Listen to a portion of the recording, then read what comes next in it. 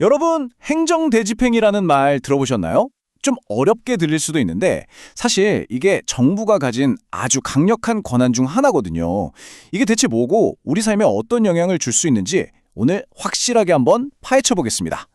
자, 이런 상황 한번 상상해 보실래요? 정부가 어떤 건물이 불법이라고 철거하라고 명령했어요.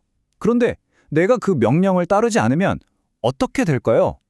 에이, 설마 하겠지만 그냥 넘어갈 수 있는 문제가 절대 아닙니다. 바로 이럴 때 정부가 꺼내드는 아주 강력한 카드가 있습니다. 그럼 정부는 도대체 무슨 근거로 이런 일을 할 수 있을까요?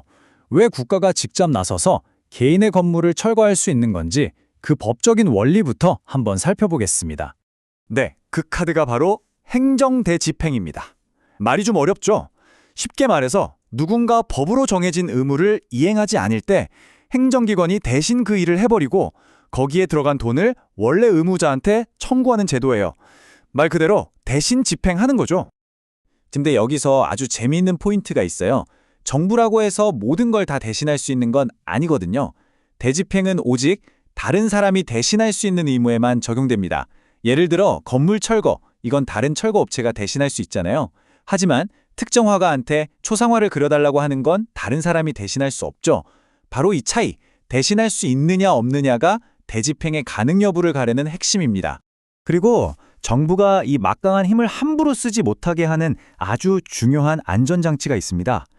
철거를 명령하는 법이랑 그 명령을 강제로 집행하는 법이 따로 있다는 거예요. 그러니까 대집행을 하려면 그걸 할 수 있다는 별도의 법적 근거가 반드시 있어야만 합니다. 자, 그럼 법의 근거가 있다고 해서 아무 때나 대집행을 할 수 있을까요? 당연히 아니겠죠. 이 강력한 수단을 쓰려면 훨씬 더 까다로운 조건들을 통과해야 하는데요. 과연 그게 뭘까요? 대집행으로 가는 문을 열려면 이 세 가지 열쇠가 전부 필요합니다. 첫째, 개인끼리의 약속이 아니라 건축법 같은 공법상의 의무를 어겼어야 하고요. 둘째, 아까 말했듯이 다른 사람이 대신할 수 있는 일이어야 하죠. 그리고 가장 중요한 셋째, 다른 방법으로는 도저히 안 되고 이걸 그냥 놔두면 공공의 이익을 심각하게 해칠 때만 쓸 수 있는 최후의 수단이어야 합니다. 이걸 어려운 말로 비례의 원칙이라고 해요. 자, 이렇게 까다로운 조건들을 모두 통과했다고 한번 쳐보죠.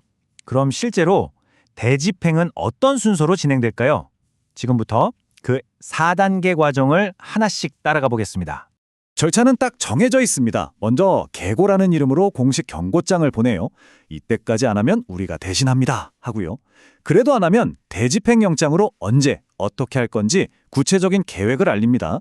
그런 다음에야 실제 철거 같은 물리적인 실행에 들어가고 마지막으로 거기에 쓴 모든 비용을 청구하는 거죠. 이 4단계 순서가 아주 중요합니다. 이 모든 단계 중에서 사실상 제일 중요한 게 바로 이 첫 번째 단계, 계고입니다. 이건 반드시 문서로 보내야 하고요. 언제까지 스스로 처리하라고 상당한 기간을 줘야 합니다. 정말 위급한 상황이 아니면 절대 건너뛸 수 없어요. 어떻게 보면 시민에게 마지막 기회를 주는 최소한의 배려인 셈이죠. 자, 지금까지 절차를 알아봤는데요. 이제부터가 진짜 뜨거운 감자입니다. 과연 이 행정 대집행으로 사람을 집에서 강제로 끌어내는 것, 그러니까 강제 퇴거도 가능할까요? 이 문제에 대해 우리 대법원은 아주 명확한 원칙을 세웠습니다. 건물을 비워지고 넘겨주는 의무, 이건 오직 그 안에 사는 사람만 할 수 있는 일이잖아요? 다른 사람이 대신 집을 비워줄 수는 없으니까요. 그래서 이건 대신할 수 없는 의무다. 따라서 원칙적으로 행정 대집행의 대상이 아니라고 딱 선을 그었습니다. 하지만 법이라는 게 항상 예외가 있죠. 그 예외가 바로 이런 경우입니다. 만약에 말이죠. 불법 건물을 철거해야 할 의무를 가진 사람하고 바로 그 집에 살고 있는 사람이 똑같은 사람이라면 어떨까요? 이럴 때 법원은 이렇게 봅니다. 건물을 철거하려면 당연히 거기서 나와야 하는 것 아니냐. 그러니까 철거 의무 속에는 퇴거 의무도 포함되어 있는 거다. 바로 이 논리를 통해서 철거를 위한 강제 퇴거가 가능해지는 길이 열리는 겁니다. 그렇다면 만약에 이런 대집행 절차가 뭔가 잘못됐다고 위법하다고 느껴진다면 우린 어떻게 우리 권리를 지킬 수 있을까요? 마지막으로 그 방법을 알아보겠습니다. 여기서 진짜 중요한 사실이 하나 있습니다. 일단 철거가 끝나버리면 그걸로 끝입니다. 되돌릴 수가 없어요. 건물이 다 사라지고 나서 소송에서 이겨봤자 아무 소용이 없겠죠. 그래서 속도가 생명입니다. 그래서 핵심은 바로 이겁니다. 법원에 행정소송을 내면서 동시에 집행정지를 신청하는 거예요. 이게 철거라는 물리적인 실행 자체를 막을 수 있는 가장 효과적이고 거의 유일한 법적 수단이라고 할 수 있습니다. 다행인 건 우리에게 싸울 기회가 한 번만 있는 게 아니라는 점이에요. 제일 처음 날아온 경고장, 계고부터 시작해서 영장 통지, 심지어 철거가 끝난 뒤에 날아오는 비용 청구서까지 이 모든 단계 하나하나가 전부 소송의 대상이 될 수 있습니다. 즉, 각 단계마다 위법성을 따져 물으며 법원의 판단을 구해볼 수 있는 거죠. 결국 이 모든 논의는 하나의 질문으로 돌아옵니다.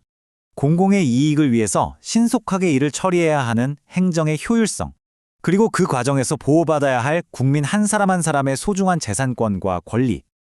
여러분은 이 저울이 어디쯤에서 균형을 맞춰야 한다고 생각하시나요? 이 질문을 끝으로 오늘 이야기 마치겠습니다.